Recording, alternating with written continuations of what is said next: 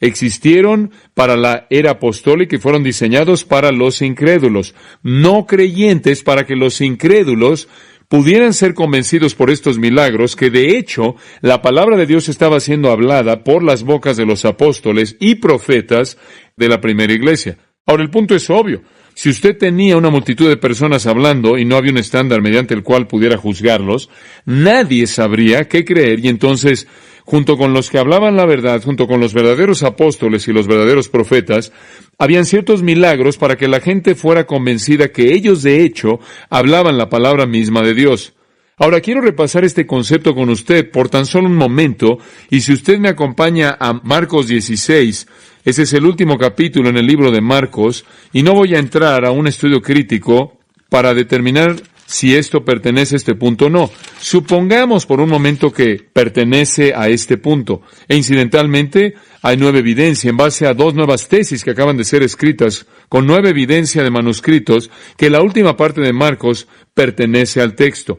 En caso de que usted no supiera si no solía pertenecer o algunas personas no pensaban que pertenecía, no se preocupe. Ese es el problema de otros. Pero notamos en el versículo 17, y él está hablando aquí a los 11 discípulos. Él dice ahí, y estas señales seguirán a los que creen. En mi nombre echarán fuera demonios. Hablarán nuevas lenguas. Tomarán en las manos serpientes, y si bebieren cosa mortífera, no les hará daño. Sobre los enfermos pondrán sus manos y sanarán. Ahora, ahí tiene usted algunos milagros que van a certificar la predicación inicial de los apóstoles, y la gente que responderá a los apóstoles en esa fase inicial de la iglesia va a ver que van a suceder milagros. Ahora usted llega al versículo 19. Y el Señor, después que les habló, fue recibido arriba en el cielo. Esto es a los 11, y añade, y se sentó a la diestra de Dios. Esa es la ascensión. Versículo 20. Y ellos saliendo, estos son los apóstoles, predicaron en todas partes, ayudándoles el Señor y confirmando la palabra con las señales que les seguían. Para eso eran. Ahora observe 2 Corintios capítulo 12, versículo 12. Dice, y ahí hay un versículo muy importante, verdaderamente las señales de un apóstol. Ahora observe, las señales de manera específica le pertenecían a los apóstoles. Las señales de apóstol fueron hechas entre vosotros en toda paciencia, en señales, prodigios y milagros. Dunamis, obras dinamita. Ahora, observe a quién le pertenecen las señales ahí. A los apóstoles. Señales de un apóstol. Esa es una designación específica para los milagros. Ahora veamos otro versículo en Hebreos capítulo 2. Hebreos capítulo 2, versículo 3. Hebreos 2, 3. Ahora dice esto, y esto es muy importante. ¿Cómo pues escaparemos si descuidamos una salvación tan grande? Ahora escuche lo que sucede después de esto. La cual, habiendo sido anunciada primeramente por el Señor, ¿acaso el mensaje de salvación no fue inicialmente hablado por Cristo mismo? Claro, nos fue confirmada por los que oyeron. ¿Y quiénes serían? Los apóstoles. Testificando Dios juntamente con ellos. ¿A quién se refiere los ellos? A los apóstoles. Con señales y prodigios y diversos milagros y repartimientos, y aquí está la clave, del Espíritu Santo según su voluntad.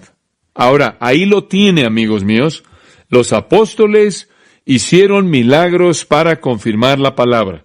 Los milagros de hecho le pertenecen a los apóstoles, y aquí dice que ciertos repartimientos o dones del Espíritu fueron para los apóstoles.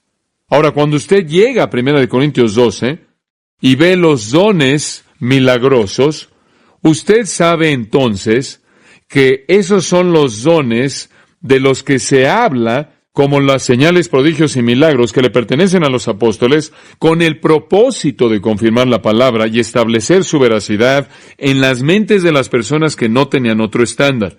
Y como usted puede ver, esto es realmente lo que Nicodemo quiso decir cuando vino a Jesús y dijo, yo sé que tú vienes de Dios porque ningún hombre puede hacer ¿qué? Las cosas que tú haces excepto porque Dios estuviera con él. En otras palabras, las señales y milagros en la vida de Cristo certificaron el hecho de que él estaba hablando por parte de Dios. Y lo mismo fue el caso de los primeros apóstoles. No tenían otro estándar.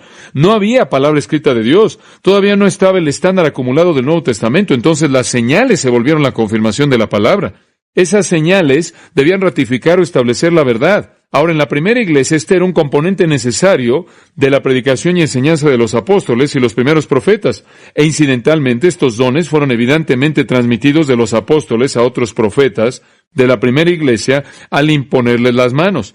No hay indicación en ningún lugar en el Nuevo Testamento de que una persona tuviera esos dones fuera de que se llevara a cabo mediante la imposición de las manos de los apóstoles. Entonces, fue un ministerio directo dirigido a los apóstoles y los profetas iniciales de la primera iglesia.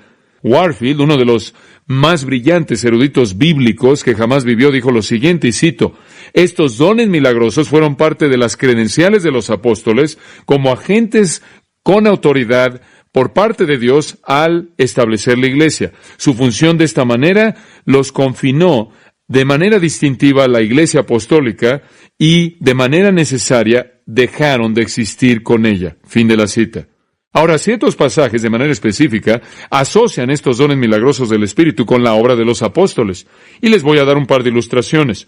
Uno es el capítulo 14 de Hechos. No lo busque, simplemente escríbalo. Hechos 14, versículo 3. En Hechos 14, 3. Mucho tiempo, por lo tanto, permanecieron hablando con denuedo en el Señor, quien dio testimonio de la palabra de su gracia. Ahora, aquí hay algunos profetas y están hablando la palabra del Señor, y aquí está la clave. Y el Señor dio testimonio de la palabra de su gracia. ¿Qué fue lo que el Señor estaba haciendo? Confirmando la palabra, ¿verdad? ¿Cómo dio el testimonio? Él concedió que señales y maravillas fueran hechos por sus manos. ¿Se da cuenta? En otras palabras, la manera en la que el Señor certificó la veracidad de su palabra fue al concederle señales y maravillas o milagros. Ahora, estas obras incidentalmente describen la actividad de Pablo y Bernabé cuando llegaron a la ciudad de Iconio durante el primer viaje misionero de Pablo, y en ese punto las señales y milagros fueron concedidos a ellos como apóstoles y profetas para proclamar la verdad de Dios y que fuera verificada. Dios literalmente verificó su palabra al darle la capacidad de hacer milagros. Ahora hay otro versículo que nos dice lo mismo, y ese es Romanos 15:15. De nuevo, simplemente se los leo. Romanos 15:15. Mas os he escrito, hermanos, en parte con atrevimiento, como para haceros recordar, por la gracia de Dios que me es dada, para ser ministro de Jesucristo a los gentiles, ministrando el Evangelio de Dios, para que los gentiles les sean ofrenda agradable, santificada por el Espíritu Santo. Tengo, pues, de qué gloriarme en Cristo Jesús en lo que a Dios se refiere, porque no osaría hablar sino de lo que Cristo ha hecho por medio de mí para la obediencia de los gentiles, con la palabra y con las obras. En otras palabras, solo estoy hablando lo que Cristo me dice que hable. Pablo dice, ahora observe esto, y él reitera de nuevo, porque no osaría hablar sino de lo que Cristo ha hecho por medio de mí para la obediencia de los gentiles, con la palabra, escuche esto, y con las obras. Y aquí está la clave, con potencia de señales y prodigios. En otras palabras, Pablo dice, mi ministerio es verificado mediante las señales y prodigios. Esta área entera de milagros no tenía nada que ver con los creyentes. Tenían que confirmar la palabra a los incrédulos. Ese es el punto. Muy bien, entonces a partir de esos pasajes hemos aprendido que el propósito y función de los dones milagrosos especiales del Espíritu era de certificar a los apóstoles como mensajeros verdaderos del Dios verdadero y de esta manera confirmar el Evangelio de salvación en la mente de los incrédulos. Incidentalmente, como un aspecto satélite, también ayudó a los creyentes a tener más fe cuando ellos veían esos milagros. Ahora, quiero añadir rápidamente que la iglesia en la actualidad ya no necesita este tipo de confirmación. No necesitamos milagros como un estándar mediante el cual verificamos la declaración de alguien. No necesitamos que alguien se ponga de pie y le predique y después haga un milagro y entonces así sepamos que él está hablando la verdad. Tenemos otro estándar. ¿Y cuál es? La palabra de Dios. Cuando alguien se pone de pie a predicar, no tenemos que esperar un milagro. Meramente lo evaluamos a la luz de la palabra de Dios. Si él encaja con la palabra de Dios, ese es el estándar. Si no, entonces sabemos que no es un verdadero maestro, sino un maestro falso. No necesitamos milagros de confirmación. Aquí está nuestra confirmación. Juzgamos mediante la palabra de Dios. Recuerdo Lucas capítulo 16, versículo 31, cuando la palabra dice, si no oyeren a Moisés y a los profetas, tampoco se persuadirán, aunque uno se levantare de los muertos. Si la palabra de Dios como estándar no es lo suficiente en su mente, si no es la suficiente evidencia para ellos, los milagros no van a servirles. Ahora, que las Escrituras están completas y usted no puede quitarle y tampoco le puede añadir, está completa y es total como Dios diseñó que fuera, es nuestro estándar, no necesitamos milagros de confirmación. Son irrelevantes, inmateriales e innecesarios. Ahora, permítame añadir un comentario. En los hombres dotados en la iglesia, usted sabe, habían dones, y habían hombres dotados, el maestro, los evangelistas y el pastor, los cuales son los que todavía existen, y el apóstol y profeta, como vimos la semana pasada, eran el cimiento, la fundación, ¿verdad? Y usted no coloca el cimiento en el piso 20. Entonces, pertenecen al primer siglo. Pero en los hombres dotados todavía está el ministerio continuo que edifica el cuerpo. No hay un don de confirmación milagroso que se menciona en Efesios 4, en donde los hombres dotados son mencionados. En ninguna de las cartas de Pablo, de Corintios en adelante, Corintios es la única que menciona estos, en ninguna otra de las cartas de Pablo, él dice que los pastores, evangelistas o maestros deben tener alguno de estos tipos de dones. Ahora, amigo mío, si esos dones eran los dones de confirmación de la palabra y todavía los necesitamos, entonces le pertenecerán a los hombres que predicaran la palabra, ¿no es cierto? ¿Cuál sería el punto de dar dones de confirmación a personas que no son predicadores? No tendría sentido. Si de hecho estos dones todavía existieran, entonces deberían pertenecerle a los más grandes predicadores y maestros en el mundo, porque ellos son los hombres que están hablando y son los hombres cuyo mensaje debe ser confirmado, ¿no es cierto? Y entonces si esos dones todavía existieran, pertenecerían a maestros bíblicos dotados, no a personas que están errando en su doctrina y conduciendo una especie de emocionalismo extraño bajo una tienda de campaña. Y usted puede ver el mundo que nos rodea y no va a encontrar a un solo maestro bíblico dotado en el grupo de aquellos que promueven una teología dispensacionalista premilenarista que tiene algo que ver con este tipo de dones. No hay ninguno. De hecho, hay una unanimidad total de acuerdo en que estos dones no pertenecen a nuestro día. Siempre hubieron dones de confirmación para que los incrédulos confirmaran o verificaran la palabra. Y como consecuencia, si todavía estuvieran existiendo en la actualidad, no le pertenecerán a mujeres en primer lugar, porque las mujeres deben guardar silencio en la iglesia. Y eso está en 1 Corintios 14, y se refiere a las lenguas. Y amigos míos, si eso se llevara a cabo, 95% del movimiento terminaría. Y entonces los dones de confirmación, si fueran dones legítimos, pertenecerían a grandes maestros bíblicos y, como contraste, no les pertenece a ellos. No son los que son los curanderos autoestilizados o los que dicen hacer milagros en absoluto. Entonces, hemos visto que los dones de señales fueron para la época apostólica y cuando los apóstoles y profetas los usaron, eran para confirmar la palabra, y cuando los apóstoles y profetas dejaron de existir, también dejó de existir la necesidad de confirmación porque la Biblia entonces se volvió en el estándar. Esos dones nunca fueron diseñados en ningún momento para que le pertenecieran a la edificación del cuerpo. No son parte de ello en absoluto. Muy bien.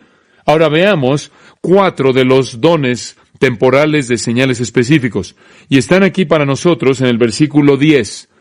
Y algunos repetidos en el versículo 28, los puede ver. Número 1 es el don de milagros, versículo 10. A otro el hacer milagros. Ahora, ¿cuál es el don de milagros? Vamos a hablar de esto por un momento. Decir que los milagros han cesado no sería verdad, y quiero apurarme a decir eso. Cuando digo que el don de milagros ha cesado, no quiero decir que Dios ya no hace milagros. Dios es el Dios de los milagros. Dios está haciendo milagros el día de hoy por todos lados. No creo que pase un solo día en el que no vemos a Dios hacer un milagro en nuestras propias vidas. Los milagros suceden por todo nuestro alrededor. El milagro más grande que Dios jamás hizo fue tomar a un alma enferma, degenerada, pecaminosa, camino al infierno, y la volteó y le dio vida de tal manera que se convierte en un ciudadano del cielo. Ese es el milagro más grande que jamás Dios hizo, y lo hace constantemente. Y hay otros milagros, todo tipo de milagros que Dios hace. Eso no quiere decir que el don de milagros existe todavía. No es un don a través de una persona ya en la actualidad. Dios todavía hace milagros mediante su diseño soberano como resultado de la oración, pero no es lo mismo como el don apostólico de milagros. Ahora, nuestro Señor, y permítame hablar de esto por un momento, nuestro Señor hizo muchos diferentes tipos de milagros, incluyendo el resucitar a los muertos. Y estas fueron pruebas de su deidad. Eran para verificar que Él era el Mesías. Eran para corroborar su declaración de que Él era el Hijo de Dios. Por ejemplo, como vimos en esta mañana, Él dijo, yo soy el pan de vida, y Él hizo pan. Él dijo, yo soy agua viva, y Él hablaría de un agua que Él podía dar que era como ninguna otra agua. Él diría, yo soy la luz del mundo, y Él dio vista a ojos ciegos y dio luz a almas ciegas. Él decía, yo soy la resurrección y la vida, y Él entonces resucitaba a alguien de los muertos física y espiritualmente. Él estaba verificando sus declaraciones mediante milagros. Nuestro Señor entonces los hizo, pero es interesante que nosotros señalemos, creo yo, que tuvieron un efecto muy limitado, ¿no es cierto? Digo, hizo los milagros constantemente en frente de Israel, y ellos no creyeron en Él. Finalmente ellos concluyeron que hizo sus milagros por el poder ¿de quién? De Belcebú, de Satanás. Entonces tuvieron un efecto muy limitado. Y no solo tuvieron un efecto limitado con Cristo, sino que también tuvieron un efecto limitado con los apóstoles y los profetas, muy limitado. El echar fuera al espíritu malo de la que adivinaba fue la causa directa de todos los problemas en Filipos. Cuando ese milagro sucedió, causó tal caos en Filipos que usted sabe lo que sucedió en últimas. La restauración de la persona coja en Listra por parte de Pablo pareció haber tenido un gran efecto en la gente. Por un momento lo tuvo, eso está en Hechos capítulo 14, se veía como que la restauración de esa persona coja realmente iba a tener un gran efecto, pero poco después de eso apedrearon a Pablo y lo dejaron casi muerto, o parecía que estaba muerto. Ese fue un efecto más bien mínimo. Después de Filipos, por un periodo de 2 años, no hay mención de ningún milagro llevado a cabo por Pablo. Fueron muy limitados, muy limitados. Y no hay registro de milagros que jamás sucedieron en Antioquía, en Corinto, en Tesalónica, en Derbe, en Varia. Fue un ministerio muy limitado, muy limitado. Y Pablo no se enfoca, no le da énfasis al hacer milagros, en absoluto. Él continuamente enfatiza la necesidad de fe. Y en todas sus listas, en los requisitos para un obispo, para un anciano diácono, no se dice nada nunca de milagros. A lo largo de las epístolas enteras, de todas las que él escribe, no se dice nada de personas haciendo milagros. Santiago no dice nada de esto, Juan no dice nada de eso, Judas no dice nada acerca de eso, nadie fuera del libro de Hechos dice algo acerca de eso. Y ciertamente otras escrituras que hacen referencia a esos ministerios. No hay énfasis en la Biblia en hacer milagros, porque era obvio para Pablo y para cualquier otro escritor que pertenecía a una era apostólica, y cuando terminó esa era, se acabaron. Y no tuvo un lugar continuo en el ministerio de la iglesia. No necesitamos en la actualidad el don de milagros. Pablo dice, necesitamos la manifestación de una vida en el Espíritu, ¿verdad? Necesitamos vivir en la energía del Espíritu. Ahora, no estoy menospreciando los milagros. Tienen un lugar, pero no a través del don de milagros, el cual fue apostólico. Ellos no solo tuvieron un efecto limitado, sino que tuvieron un propósito limitado. Existieron para una etapa infante de la iglesia para verificar el Evangelio. Fueron las señales, maravillas y obras poderosas, simplemente para el principio. Ahora, un pensamiento más. Tuvieron una época limitada, y quiero ilustrar esto. Y creo que es muy importante por tan solo un momento. Para entender cómo Dios ha usado los milagros, usted debe observar diferentes periodos en las Escrituras en los que los milagros ocurren. Hubieron 4 periodos milagrosos de milagros en la Biblia. Y sucedieron y terminaron. Y sucedieron y terminaron. Y hay grandes periodos en la historia en los que no se registran milagros. El primer periodo de milagros fue en el día de Moisés. El segundo periodo de milagros fue en la época de Elías y Eliseo. El tercer periodo de milagros fue en la vida de Cristo. Y amigos míos, entre la época de Elías y Eliseo y Cristo, simplemente no hay ningún milagro. El cuarto periodo de milagros siguió inmediatamente a la vida de Cristo después de Pentecostés en la primera iglesia. Ahora, los milagros tienen su lugar para validar o certificar la verdad de Dios en un tiempo específico, y siempre son limitados por el tiempo. En primer lugar, recuerde el primer periodo de milagros, el cual fue la época de Moisés. Usted no lee acerca de milagros en la época de los patriarcas, ¿o sí? Fuera de los milagros creativos de Dios y cosas como el diluvio en términos de hombres haciendo milagros, usted no lee acerca de ellos en Génesis. Moisés inició el primer periodo de milagros, y sus milagros fueron llevados a cabo en referencia a la redención de los hijos de Israel saliendo de Egipto, ¿no es cierto? En Éxodo 7:3 dice, endureceré el corazón de Faraón y multiplicaré mis señales y mis maravillas en la tierra de Egipto. Observe de quién eran esas maravillas. No eran del hombre, sino de Dios. Y Dios dice, yo las voy a hacer en referencia a Egipto. Y fue importante porque ¿cómo es que Faraón realmente sabría que Dios estaba operando, llevando a cabo su obra en Israel, a menos de que hubiera algo para certificarlo, verdad? Y él recibió una buena dosis de certificación. Y no solo eso, ¿cómo es que los israelitas sabrían que Dios estaba operando a menos de que hubiera algunos milagros para verificarlo? Y entonces en la época de Moisés hubieron milagros. Fue el primer gran periodo de milagros. Y las señales a Moisés lo certificaron como un líder certificado por Dios, establecido por Dios. Y esta no es una regla inviolable. Hay algunos puntos durante otros periodos en medio de estos grandes periodos en los que Dios hacía algo milagroso, pero específicamente fueron a través de milagros individuales y realmente fueron bastante limitados este periodo. El siguiente periodo entonces será el periodo de Elías y Eliseo, y todos los profetas fueron los que hicieron los milagros. Y de nuevo, la razón fue porque Israel necesitaba saber quién era Dios, porque estaban involucrándose con Baal, ¿verdad? Y necesitaban oír la palabra de Dios y necesitaban ver un milagro para saber que Dios de hecho estaba hablando y funcionó. Y entonces era para certificar la autoridad de Dios. En 1 de Reyes 18:36 dice, sea conocido este día que tú eres Dios en Israel y que yo soy tu siervo. Eso es lo que Elías dijo. ¿Y cómo es que Dios lo dio a conocer? Por un milagro. Entonces fue para certificar la autoridad de Dios y Elías como el representante designado por Dios, y también continuaron a través de Eliseo. Después usted tiene un periodo de años y años, pasan siglos en los que los milagros ni siquiera son parte de nada y de pronto reaparecen en la persona de Cristo, la tercera etapa de milagros. Cristo y sus apóstoles, Lucas 11:20, Cristo dijo, y yo si con el dedo de Dios echo fuera demonios, sin duda alguna el reino de Dios ha venido a vosotros. En otras palabras, Cristo quería que los hombres supieran que Él había llegado para ofrecerles el reino, y Él trajo junto con esto algunos milagros para probar que esto de hecho era por parte de Dios. Los milagros que Cristo hizo sustanciaron su persona y certificaron el ofrecimiento del reino. Y los milagros, claro, de los apóstoles certificaron que Jesús de hecho era su Mesías. Después tiene usted el cuarto periodo de milagros, los apóstoles de la primera iglesia. Y de nuevo, eso fue para corroborarle a los incrédulos el testimonio de Dios. Ahora, en cada caso fue para un incrédulo. Israel y Egipto incrédulos. Dios necesitaba certificar con un milagro, ¿verdad? En Egipto, Faraón tampoco creyó en Dios. Los milagros fueron para verificar la existencia de Dios. El segundo periodo, bajo Elías y Eliseo, de nuevo Israel, e incredulidad y adoración de Baal, los milagros vinieron para probar la palabra de Dios al incrédulo. En la vida de Cristo, Él vino, los milagros vinieron para certificar su deidad en frente de la incredulidad de Israel. En la primera iglesia, los apóstoles y profetas hicieron milagros para verificar al mundo que de hecho ellos estaban hablando las palabras de Dios. Siempre en cada uno de esos cuatro periodos, los milagros fueron para verificar que Dios estaba involucrado, que Dios estaba hablando y que la verificación fue directamente apuntada a los incrédulos.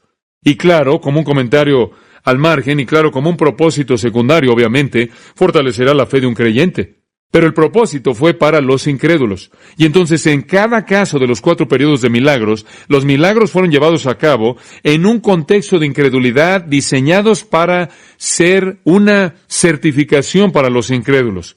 Fuera Faraón incrédulo, los egipcios incrédulos, o los judíos incrédulos, o los gentiles incrédulos. Ahora, cuando llegamos al cuarto periodo en el libro de los Hechos, descubrimos que están ahí exactamente para el mismo propósito. Y en 1 Corintios 14, Pablo dice, así, de manera que las lenguas, como ilustración, son señal para el incrédulo. Obviamente, todos los demás también. Entonces, los milagros siempre han sido temporales en cualquier época, y cuando se completó el Nuevo Testamento, las Escrituras del Nuevo Testamento, se acabó su época.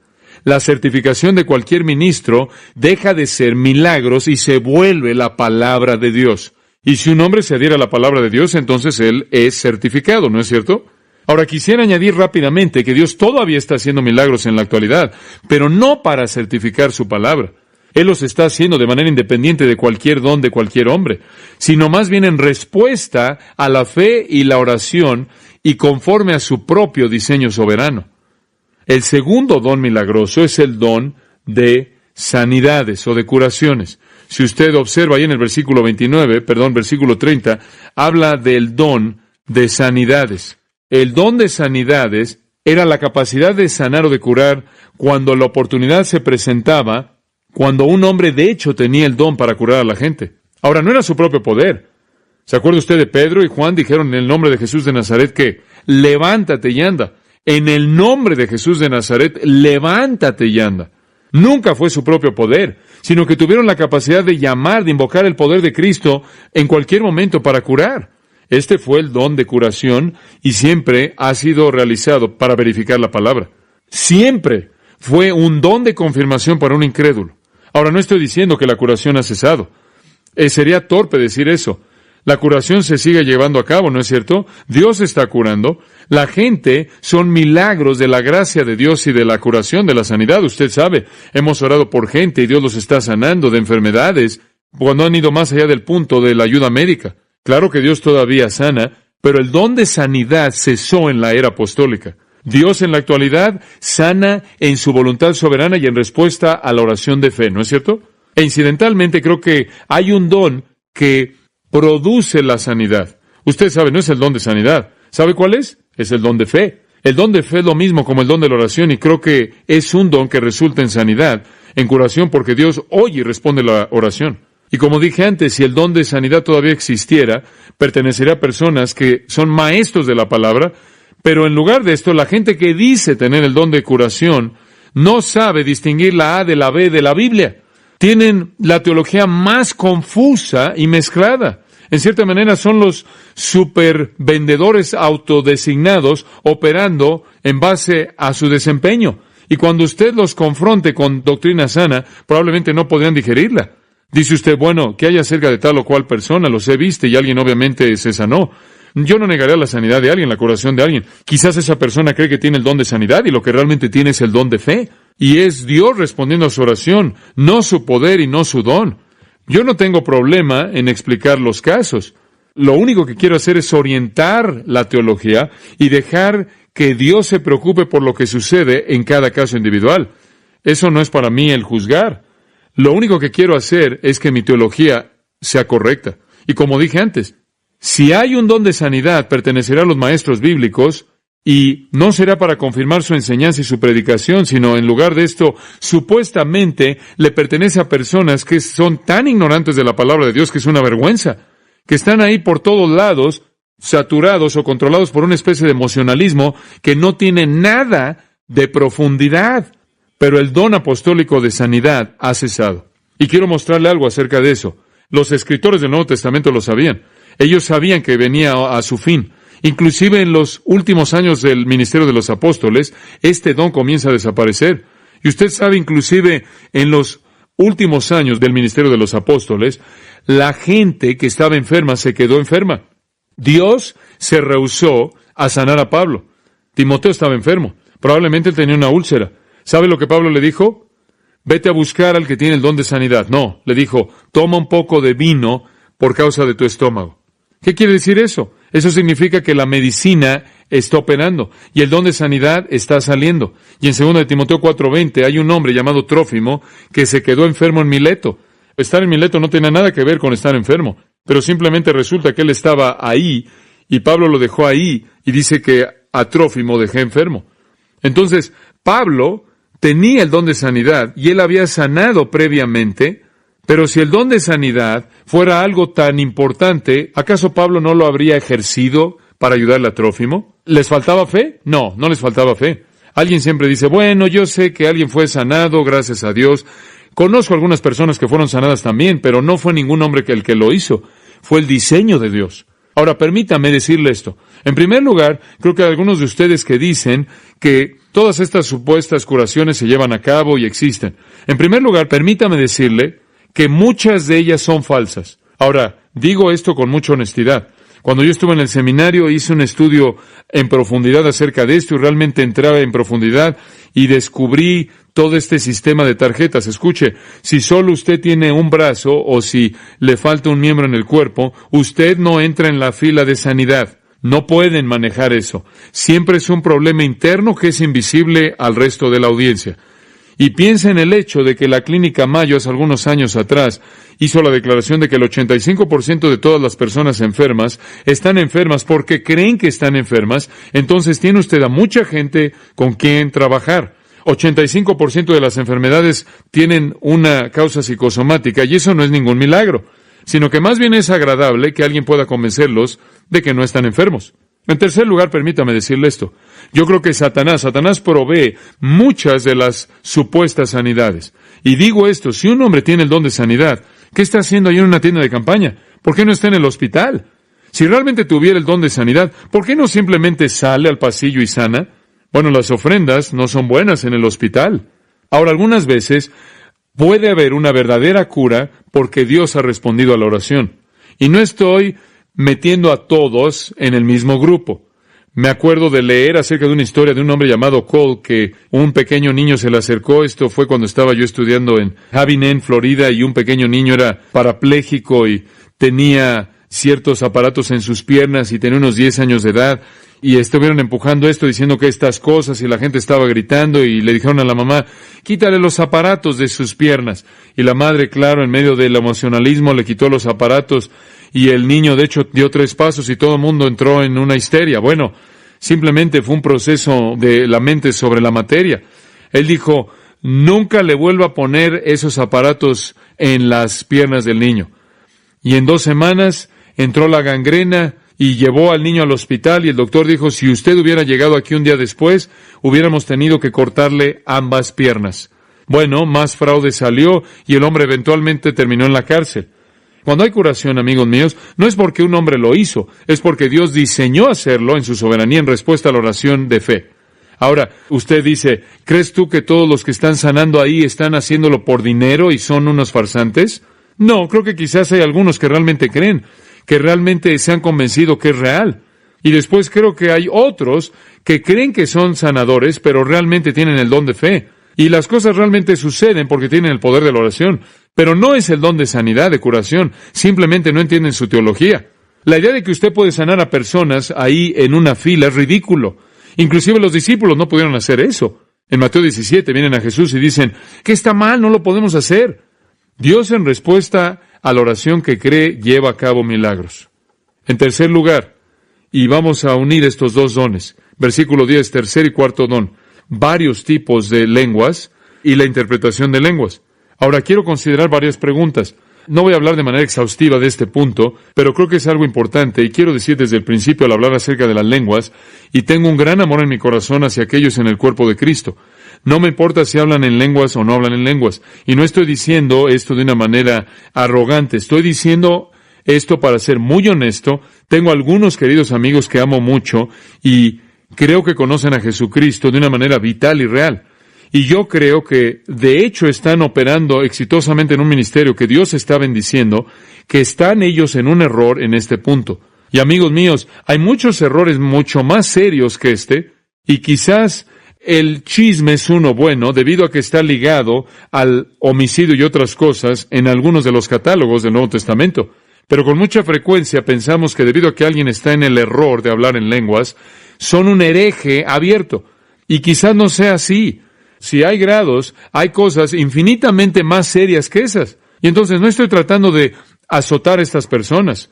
No estoy tratando de castigarlas. Creo que hay una posición doctrinal que debemos mantener fielmente a partir de la palabra de Dios, y es tan clara, y lo único que queremos hacer es declarar en dónde estamos. No estamos diciendo que no amamos, solo estamos diciendo que queremos ser fieles a la palabra de Dios. ¿Muy bien?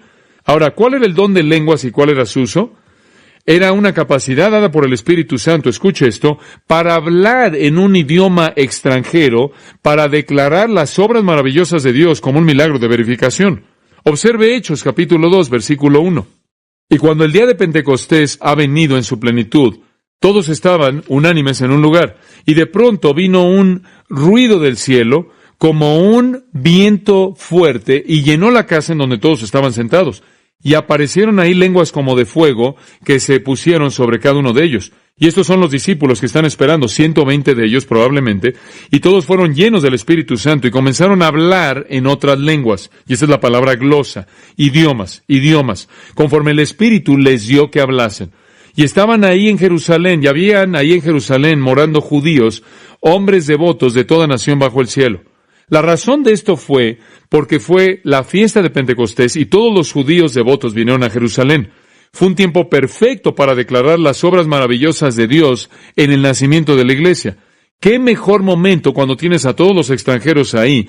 Podrías contarles la verdad y podían ellos llevarlo de regreso a su propio país. Entonces ellos hablaron en estos idiomas. Versículo 6. Y hecho este estruendo, se juntó la multitud y estaban confusos, porque cada uno les oía hablar en su propia lengua. Escuche, no hubo tiempo para meterse en una escuela de lenguas, lingüista. Y Dios proveyó un milagro mediante el cual ellos pudieran hablar a toda persona en su propio idioma y declarar las maravillosas obras de Dios. ¿Y cuál fue la obra más maravillosa que Dios jamás hizo? Enviar a Jesucristo a morir y ser resucitado. Y estoy seguro de que ese fue el contenido de lo que ellos declararon. Y el milagro y la manera en la que ellos certificaron esta verdad, ¿no es cierto? Y ellos todos estaban, dice aquí, y estaban atónitos y maravillados, diciendo, mirad, ¿no son galileos todos estos que hablan? En otras palabras, galileos dijeron, ¿ellos son lingüistas galileos? No, eran gente que era menospreciada, que estaba ahí en Galilea. ¿Cómo pues les oímos nosotros hablar cada uno en nuestra lengua en la que hemos nacido? Partos, medos, elamitas y los que habitamos en Mesopotamia, en Judea, en Capadocia, en el Ponto y en Asia, en Frigia y Panfilia, en Egipto y en las regiones de África, más allá de Cirene, y romanos aquí residentes, tanto judíos como prosélitos, cretenses y árabes, les oímos hablar en nuestras lenguas las maravillas de Dios. Ahora ellos sabían lo que estaban diciendo, ¿no es cierto? Las maravillas de Dios. Y estaban todos atónitos y perplejos, diciéndose unos a otros, ¿qué quiere decir esto? Mas otros burlándose decían, están llenos de mosto, están locos. Ahora ahí está el don de lenguas, amigos míos. Lo que era una declaración de las obras maravillosas de Dios, las obras gloriosas de Dios. Escuche esto, no sustituyó la predicación porque inmediatamente después de la experiencia de lenguas vino el sermón de Pedro, ¿no es cierto? Las lenguas no necesariamente eran para predicar el Evangelio y no eran para convencer de pecado. Fueron meramente para certificar que Dios iba a hablar y las obras maravillosas de Dios fueron declaradas y después vino la predicación. Nunca reemplazó la predicación. Ahora usted dice sí, pero si las lenguas sucedieron en otros lugares de hechos, siempre fueron lo mismo, exactamente lo mismo, siempre, sin cambio alguno. Observe el capítulo 8, versículo 15. Y no necesariamente menciona de manera específica las lenguas aquí, pero yo creo que sucedió. Hechos 8:15. Aquí el Evangelio está saliendo, ¿no es cierto? Sucedió en Jerusalén, muy bien. Ahora se va a mover a Samaria. ¿Y sabe usted cómo los judíos se sentían acerca de los samaritanos? Usted recuerda lo que los judíos pensaban acerca de los samaritanos, ¿no es cierto? Realmente no había mucho amor entre ambos grupos. Los judíos odiaban a los samaritanos y simplemente los menospreciaban porque eran una raza mezclada. Versículo 15. Los cuales, habiendo venido, oraron por ellos para que recibiesen el Espíritu Santo, porque aún no había descendido sobre ninguno de ellos, sino que solamente habían sido bautizados en el nombre de Jesús. Entonces les imponían las manos y recibían el Espíritu Santo. Ahora, yo creo que en ese punto ellos hablaron en lenguas. No dice eso, pero yo creo que sucedió. Y la razón por la que creo eso es debido a esto. Es obvio que aquí lo que está sucediendo es esto. La iglesia comenzó en Jerusalén y el Espíritu vino. Ahora, cuando ellos fueron a Samaria, la iglesia comenzó ahí. No solo creyeron, sino que recibieron el Espíritu Santo con los mismos milagros llevándose a cabo. Dice usted, ¿por qué? Porque habría sido muy fácil para los judíos decir, bueno, ustedes samaritanos, miren, ustedes no van a unirse con nosotros en absoluto, ¿verdad? Cristo dijo que la iglesia iba a ser una, ¿no es cierto? No iba a haber ni judío ni griego, ni esclavo ni libre, ni varón ni mujer, uno. Él vino a derribar la pared intermedia de división, ¿no es cierto? Ahora, usted sabe que si algo le sucedió a los judíos, lo mismo más vale que le sucediera a los samaritanos. De lo contrario, los judíos nunca van a aceptar a los samaritanos en su comunión. Entonces, la razón por la que lo mismo tuvo que sucederle a los samaritanos era para que los judíos supieran que de hecho eran iguales, que eran uno. ¿Ve la importancia entonces? Y si eso no es todo, vaya al capítulo 10. Avanzando más allá de Samaria, usted entra al mundo gentil y se encuentra con Cornelio. En el capítulo 10, versículo 44, mientras aún hablaba Pedro estas palabras, el Espíritu Santo cayó sobre todos los que oían el discurso. Y los fieles de la circuncisión que habían venido con Pedro se quedaron atónitos. Ahora, ¿quién es la circuncisión? Judíos están atónitos. ¿Sabe por qué estaban atónitos? Le dice usted ahí, de que también sobre los gentiles se derramase el don del Espíritu Santo, porque los oían que hablaban en lenguas. ¿Lo ve? Les asombró que los gentiles tuvieran la misma experiencia que ellos tuvieron. Ahora, ¿ve usted lo importante que fue para ellos que tuvieran eso, para que los judíos supieran que Cristo estaba comenzando un organismo en el que toda persona era igual? Fuera uno judío, samaritano, gentil, todos eran uno en Cristo, y entonces el mismo milagro sucedió en cada punto. Y después usted va al capítulo 19, y usted conoce al pequeño grupo que quedó ahí del Antiguo Testamento. Aquí hay algunos santos del Antiguo Testamento que no saben que el Nuevo Testamento ha llegado y fueron salvados bajo la economía antigua y descendieron, se arrepintieron, fueron bautizados por Juan el Bautista, regresaron a su casa y ni siquiera sabían que Jesús había llegado. Y Pablo aquí está en Éfeso. Aconteció que entre tanto que Apolos estaba en Corinto, Pablo, después de recorrer las regiones superiores, vino a Éfeso y hallando a ciertos discípulos, y estos realmente, usted sabe, eran personas piadosas, pero eran santos del Antiguo Testamento. No sabían nada de lo que estaba pasando. Y les dijo, ¿recibisteis el Espíritu Santo cuando creísteis? Ellos le dijeron, ni siquiera hemos oído si hay Espíritu Santo. ¿Qué es todo esto? Entonces dijo, ¿en qué pues fuisteis bautizados? Ellos dijeron, en el bautismo de Juan. Usted sabe, nosotros fuimos ahí y ellos se habrían ido a la gloria si hubieran muerto. Eran santos del Antiguo Testamento todavía. Aquí hay un pequeño periodo de transición aquí.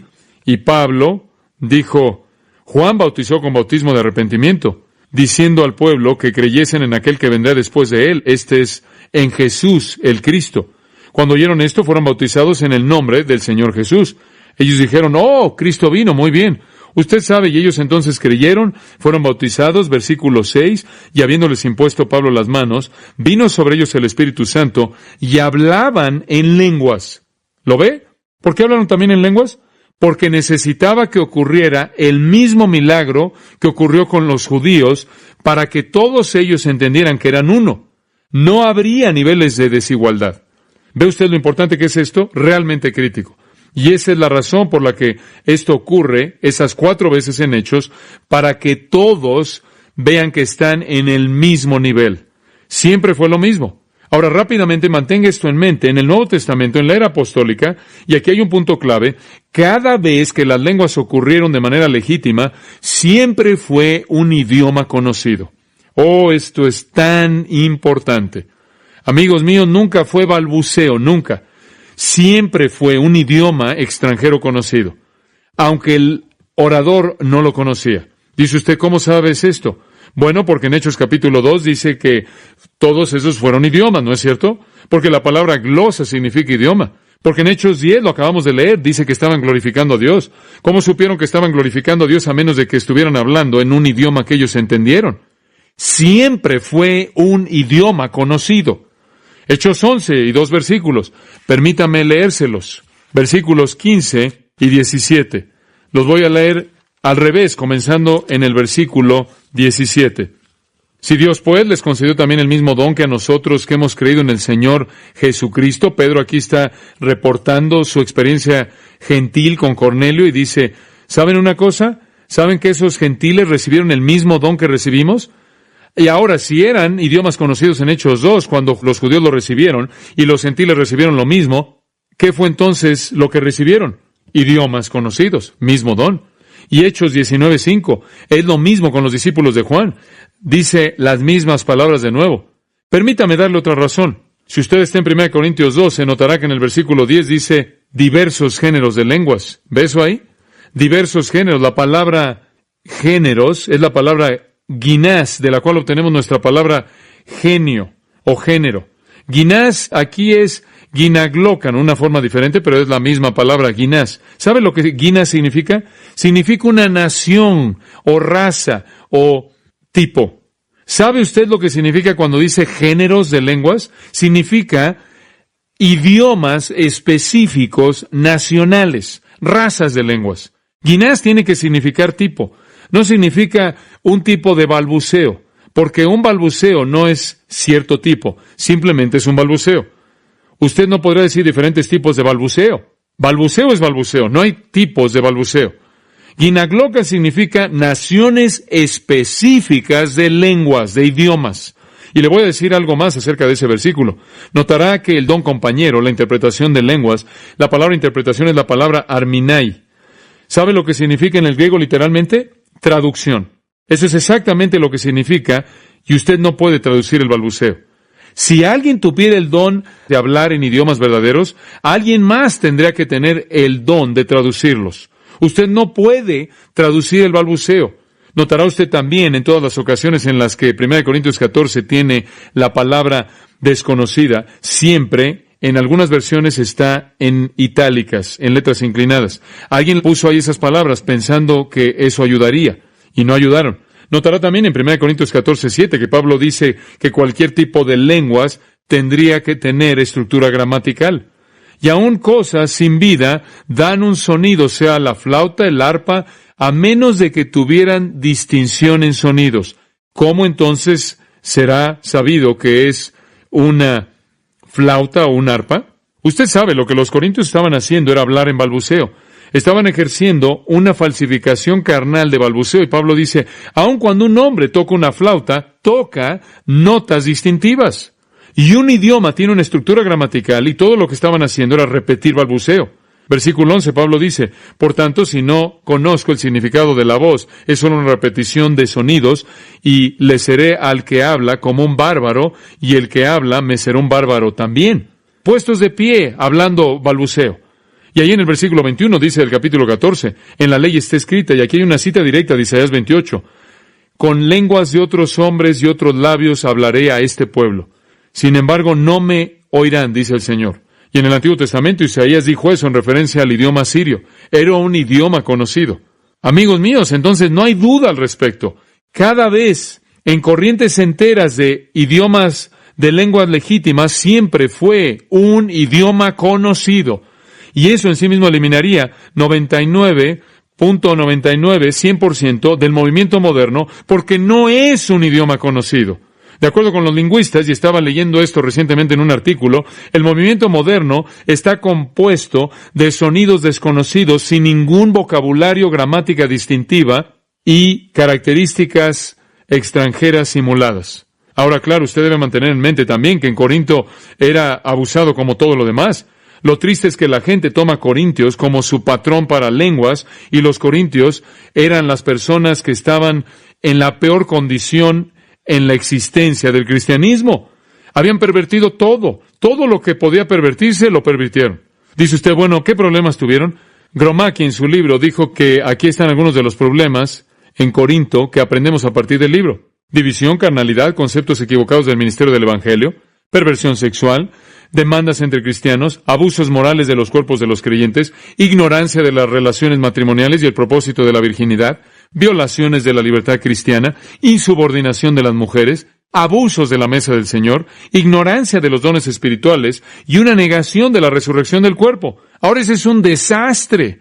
Y después, cuando usted los toma como su ejemplo para las lenguas, realmente está en problemas porque ellos las abusaron así como abusaron todo lo demás. El problema no era que no tenían dones espirituales. Pablo dice en 1 Corintios 1:7, creo que es, ustedes no carecen de ningún don, no les falta ningún don. El problema es que los abusaron. Y creo que probablemente era un pequeño problema, porque en esa parte del mundo prevalecían las expresiones estáticas entre los sacerdotes y sacerdotisas de los oráculos griegos que estaban en un estado de éxtasis. Y debido a que también hablaban en lenguas, y era la religión pagana de la que los corintios habían sido salvados, ellos arrastraron algo de esta expresión estática y la metieron a su experiencia cristiana y la falsificaron, y entonces realmente falsificaron las lenguas de Hechos y decían que eran lenguas. Y Pablo pasa el capítulo 12, capítulo 13 y capítulo 14 tratando de corregir los abusos corintios de lenguas. Y no es interesante que inclusive cuando el don existía fue abusado, y en la actualidad cuando no existe todavía es abusado. Dice usted, bueno, ¿qué es lo que Pablo les está diciendo de esto? Bueno, en primer lugar, en el capítulo 14, versículos 1 al 12, él dice que es inferior. En el capítulo 14, versículo 20, dice que nunca debe ocurrir. No es el versículo 20. Bueno, olvido exactamente cuál es el versículo. Bueno, 2 veces está en el capítulo. Él dice que nunca debe suceder, nunca debe llevarse a cabo sin un intérprete. Más adelante en el capítulo, él habla acerca del hecho que siempre debe estar subordinado a la predicación, que la predicación es siempre lo más importante. Versículo 22, las lenguas son por señal, no a los que creen. No hay punto para la edificación del cuerpo, sino para los que no creen. Pero la predicación no sirve para los que no creen, sino para los que creen. Y ahí está la prioridad de la predicación. Versículo 23, si pues toda la iglesia se reúne en un solo lugar, y todos hablan en lenguas y entran indoctos o incrédulos, ¿no dirán que estáis locos? Bueno, dice usted, estas personas están locas, pero si todos predican y entra algún incrédulo o indocto, por todos es convencido, por todos es juzgado. La prioridad de la predicación. Y después él pasa a decir que debe ser hecho de manera decente y en orden, pero ellos habían echado a perder todo esto. Claro, tenía que ser hecho por la dirección del Espíritu Santo y siempre fue un idioma conocido y siempre fue para comunicarle a un incrédulo las obras maravillosas de Dios. Pero habían pervertido todo. Hicieron un abuso carnal de la experiencia de los creyentes. Después nunca debía ser hecho por más de 2 o 3, versículo 27, y siempre en orden, y nunca debía haber sido hecho sin un intérprete, el mismo versículo. Y versículos 34 y 35, las mujeres nunca debían hacerlo. Y como dije, eso lo eliminaría. Y en el capítulo 13, versículos 1 al 3, en el capítulo 13, versículos 1 al 3, siempre debía ser hecho en amor, y amigos míos, ese no es el caso. Tantas veces la gente que ha tenido este don no ve a otros en amor, los ven siempre con un espíritu crítico. Y con tanta frecuencia cuando esto entra en una iglesia, en lugar de crear una atmósfera de amor, crea una atmósfera de fricción y división que fractura la iglesia. Y les voy a decir algo muy simple. Cualquier don legítimo del Espíritu que es operado en la energía del Espíritu trae unidad. Y este no lo trae. Trae discordia. Entonces, como usted puede ver, inclusive en épocas apostólicas, cuando el don existía y era falsificado para la gloria de la carne, y todavía es una falsificación. Dice usted, bueno, ¿estás diciendo que Dios no puede ya hacer un milagro? No quiero decir eso. Si Dios diseñara en algún campo, en algún lugar, dar a un hombre la capacidad en un punto dado de hablar un idioma que no sabía para comunicar las obras maravillosas de Dios, Dios todavía podría hacer eso, y yo nunca lo limitaría al decir que no puede. Pero amigos, si Dios todavía tuviera ese don de confirmación, no necesitaríamos tener todos estos problemas con traducir el Nuevo Testamento. ¿Sabe usted eso? Todo lo que necesitaríamos hacer sería enviar a las personas con el don de lenguas al campo misionero y Wycliffe no tendría nada que hacer. Porque alguien podría ir ahí y simplemente aprendería cómo decir el Evangelio en su idioma, decirlo y hacer algunos milagros y eso lo confirmaría. Pero necesitamos la palabra como el estándar porque esos dones han cesado. ¿Por qué cree usted que hay personas que pasan 10 años de su vida aprendiendo a cómo traducir un idioma y otros 10 años traduciendo? Si fuera verdad que lo único que necesitamos hacer es confirmar la palabra con uno de estos dones de confirmación milagrosos, la gente estaría desperdiciando el tiempo. Ahora dice usted, bueno, ¿cómo sabes que ha cesado? Simplemente he estado tratando de responder eso. No sé, cesó con los apóstoles, ya acabó. Nuestra teología dice que cesó. Observe el 13, 1 Corintios 13:8. El amor nunca deja de ser, pero las profecías se acabarán. Y cesarán las lenguas, y la ciencia acabará, porque en parte conocemos y en parte profetizamos, mas cuando venga lo perfecto, entonces lo que es en parte se acabará. Ahora, algunas personas creen que tiene que meter todo lo que está en el versículo 8 en la misma bolsa. En otras palabras, la profecía, lenguas y conocimiento, todo tiene que cesar al mismo tiempo. Pero eso no dice eso. No dice eso en absoluto. Dice en cada caso individual, cuando aquello que es completo venga, aquello que es en parte cesará. Y cuando la palabra de Dios vino, ya no se necesitó confirmar la palabra por las lenguas, y entonces las lenguas cesaron. Algún día, cuando estemos con Jesucristo y sabemos que somos conocidos, el conocimiento como tal pasará. Y entonces no tiene que meter cada uno de esos en la misma bolsa. Son distintas en sí mismas. Pablo añade el pensamiento en el versículo 11, cuando yo era niño hablaba como niño, pensaba como niño, juzgaba como niño, mas cuando ya fui hombre, dejé lo que era de niño. En otras palabras, cuando lo final, maduro, venga, no hay necesidad para la estructura infantil y las lenguas y todos estos dones que fueron para la etapa infantil de la iglesia. Pero cuando la iglesia se volvió adulta y tuvo como estándar la palabra de Dios, todas las herramientas de su etapa infantil cesaron o dejaron de ser necesarias. Fueron dadas a la iglesia en su infancia. Y esa es la razón por la que digo que quizás en algún campo extranjero, en donde hay una iglesia en estado infante, Dios puede permitir que los milagros se lleven a cabo, milagros que no veríamos en la iglesia como la conocemos. Pentecost, en su libro, dice que cualquier iglesia en la actualidad que dice que es necesario tener lenguas está confesando infancia espiritual e ignorancia de las Escrituras. Fin de la cita. Y Corinto no era diferente de eso. 1 Corintios capítulo 3, y yo, hermanos, no pude hablaros como espirituales, sino como a carnales, como infantes en Cristo. Y aquí estaban los bebés ejerciendo este don falsificado. ¿Y sabe usted que en ninguna otra iglesia en el Nuevo Testamento encontramos referencia a estos dones? No solo nuestra teología entonces nos dice que han cesado, sino también la historia. Si las lenguas no cesaron en la época apostólica, ahora escuche esto, si las lenguas no cesaron en la época apostólica, todavía se llevarían a cabo siglo tras siglo, ¿no es cierto? ¿Está listo para eso? Piensa en eso. Si las lenguas son una parte permanente de la iglesia, entonces no cesaron en la era apostólica, y entonces las encontraríamos históricamente en el siguiente siglo, ¿no es cierto? Nada más que no lo encontramos. No hay absolutamente un caso genuino de lengua registrado en la era entera postapostólica. Del año 100 al 600, ese periodo de años, en todos los escritos de todos los padres de la iglesia, no hay un solo caso genuino de lenguas que se reporta y cubren toda doctrina básica de la iglesia, una y otra y otra y otra vez, y no estuvo ahí.